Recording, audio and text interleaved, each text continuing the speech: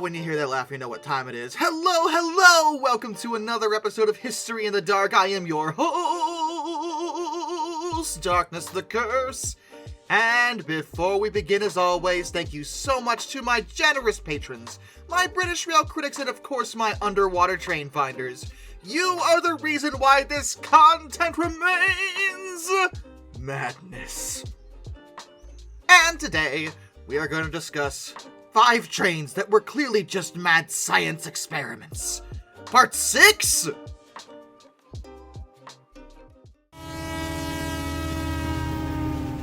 The Holcroft-Anderson Recompression Locomotive. Now, if you don't know the name of this thing, and just look at it, this doesn't look that mad science-y. But upon closer inspection, why does it look like it has side tanks? It's a tender engine. Why would she need side tanks like a tank engine? That doesn't make any sense. Well, that's because that's not what that is. So, this British-built engine is based on a process that was invented by Harry Anderson and John McCallum for the recompression of exhaust steam. Basically, it's another way of reusing already used steam, kind of like a Mallet does, but not at all like how a Mallet would do it. The concept they were working with involved a draft fan, and it was proven to work in a static setting. Richard Munsell, who was the chief mechanical engineer of the Southern Railway, was interested in looking into the idea of creating a locomotive that utilized such technology to possibly improve efficiency. Testing had shown that there would be a 29% fuel saving compared to a traditional locomotive, so it seemed like a good idea. And in fairness, the process they were working with, which is now known as mechanical vapor recompression, is actually very sound. It does function thermodynamically speaking. They converted a pre-existing locomotive for the process, and it was delivered in 1930. The steam raised in the boiler passed through the cylinders and then via grease separators to evaporative coolers on either side of the engine. That's what those weird tanks are. They were partially filled with water from the tender, and the steam that arose from this was piped to the chimney. The steam in the cooler pipes was only partially condensed, but it was way denser, and it was sent to the compressors that were driven by vertical steam engines on each side of the firebox. And then it re-entered the boiler via clack boxes on either side of the steam dome. Those engines also drove gear-type pumps that brought water from the tender for the coolers and the boiler. There was also a valve that allowed for conventional working with a cylinder exhaust going through a blast pipe. That was actually used at starting. It utilized a draft fan that was steam-driven, and it was attached to the inside of the smoke box, and it was critical to this particular thing's function. And already, based on that explanation, I may have lost most of you, and yes, this was an incredibly complicated engine. Most of it actually functioned pretty well. The problem was the stupid fan. The fan was powered by a pretty unusual engine that was patented by Anderson, and it had 4 cylinders that normally worked at 1000 RPM with a 25% cutoff.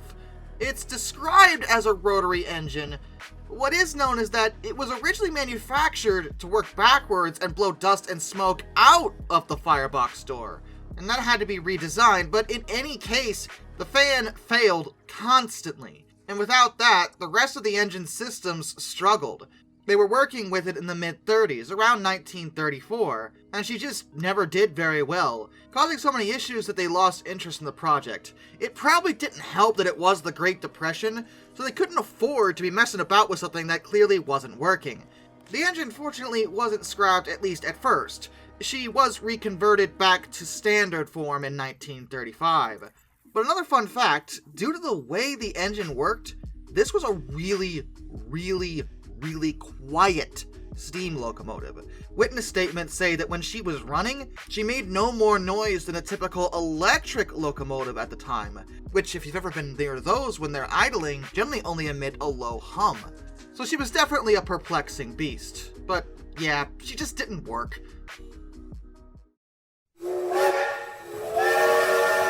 The Saxon Class XV HTV. What is that? What is that? What is the Why would you... What? Wait. No. I want to thank my Discord server for sharing this particular locomotive, because when I saw it, I about had a conniption. What is the deal? Is it sharing the cylinder setup with both sides of the drive system? And, well, let me explain. The Class 15s were a class of goods steam locomotives that were operated by the Royal Saxon State Railways. Both these locomotives were built in 1916 at the Saxon Maschinenfabrik. Yes? Yes? No? I don't know. Anyway, this design was unique in Germany. It involved two fixed 6-coupled drives. The outside axles were actually designed as Klein-Linder axles, which had the ability to slide transversely. Basically, they were working on a strong steam engine that could corner really well. And what about the cylinder? Well, it was a double cylinder on each side, each with a high-pressure cylinder for the rear and a low-pressure cylinder for the front drive. Now, as strange as the whole thing seems, it did work. 2 of these locomotives were built, and they did function, able to do exactly what the railway asked of them. Why were there only 2, though? Well, that's because they were flawed at only one way, and that was down to maintenance. They were expensive, due to their drive systems as well as those Klein-Linder axles, which required a special touch to keep them working. But they were considered successful in practice. They rode apparently extremely well, and when the Royal Saxon State Railways was taken over by the Deutsche Reichsbahn, the locomotives were renumbered to 79.001 and 79.002, but they were retired by 1932. And sadly, both were scrapped.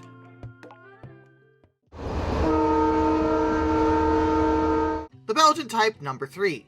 Well, that doesn't look super weird. Just looks like a typical tank engine. And wait, what's that? Why is there a tiny wheel there? No, seriously, why is there a tiny wheel there? Someone tell me why there's a tiny wheel there! In this locomotive that clearly throws the white notation completely out the window, there are technically 6 driving wheels. Also, there are 2 tiny, unpowered wheels in between 2 of the driving axles. What? Belgium! Belgium? What did you do this time? Why would they do this? Well, to be fair, it was for a very practical reason, and it's almost a last-minute fix for a really annoying problem. 10 of these locomotives were built in 1874, and they were supposed to be used on the Luxembourg line. Fine. But the axle load for that line was limited to 14 tons, and as built, these locomotives would have surpassed that by a little bit. It was a problem. So to fix it, they added an extra carrying wheel with lateral play that was also interlinked with the spring balancing on the main wheels. It was literally only there to relieve just a little bit of the axle load so the locomotives could run on those lines. That's it. Barely a mad science experiment, and more of a, oh goodness, we messed up, quick throw a wheel there. But hey, it worked, so you can't really knock it, as bizarre as it was. The reason you don't see this very often is that, well, frankly, it's just completely unnecessary in most cases. Most locomotive manufacturers wouldn't find themselves in this kind of situation. But again, it did work, and they served for several years, though they were, again, all scrapped.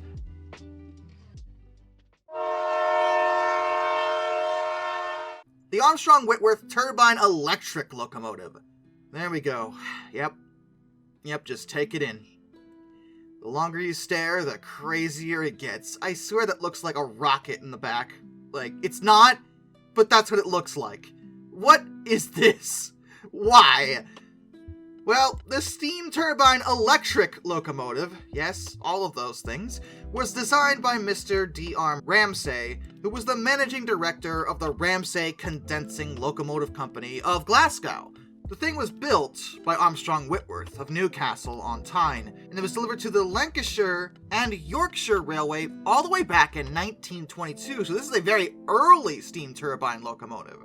I'm trying to figure out how to properly put it into white notation. I think it would be considered a 2-6, not 8, because one of those wheels isn't actually a wheel, it's the driver, so it would be 2-6-6-2.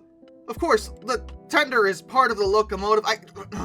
You know, just let it go. Each set of drivers was driven by a jack shaft with two 3-phase electric motors that were geared to it. Each motor could produce 275 horsepower, and that did mean, to be fair, that most of the weight was available for adhesion.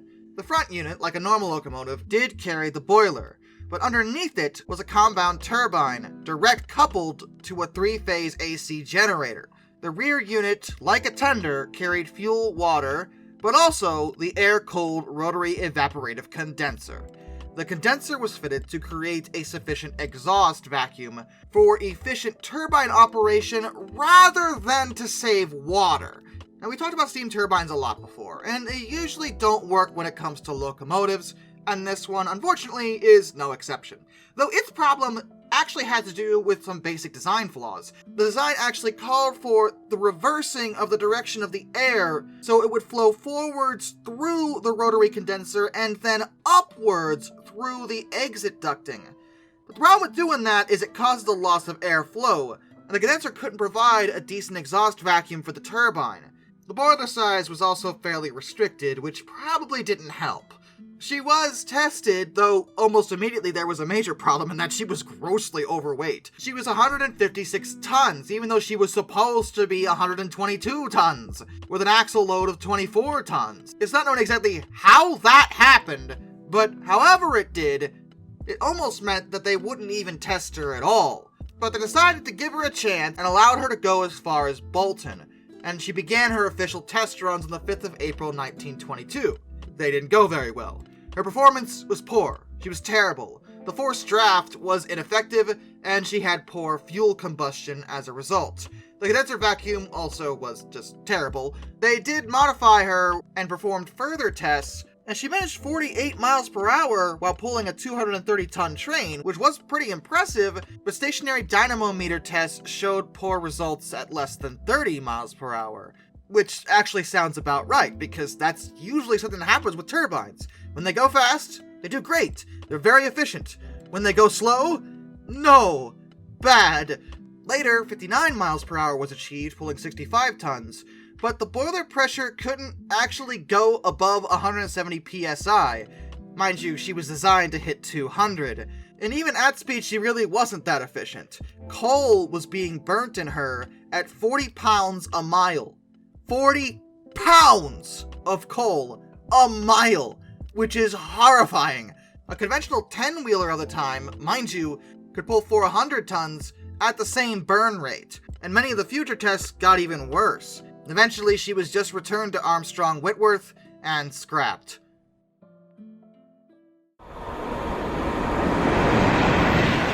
Booster locomotives. What in the mechanical madness is going on here? Okay, I've been wanting to talk about boosters for a while because they always seem so perplexing.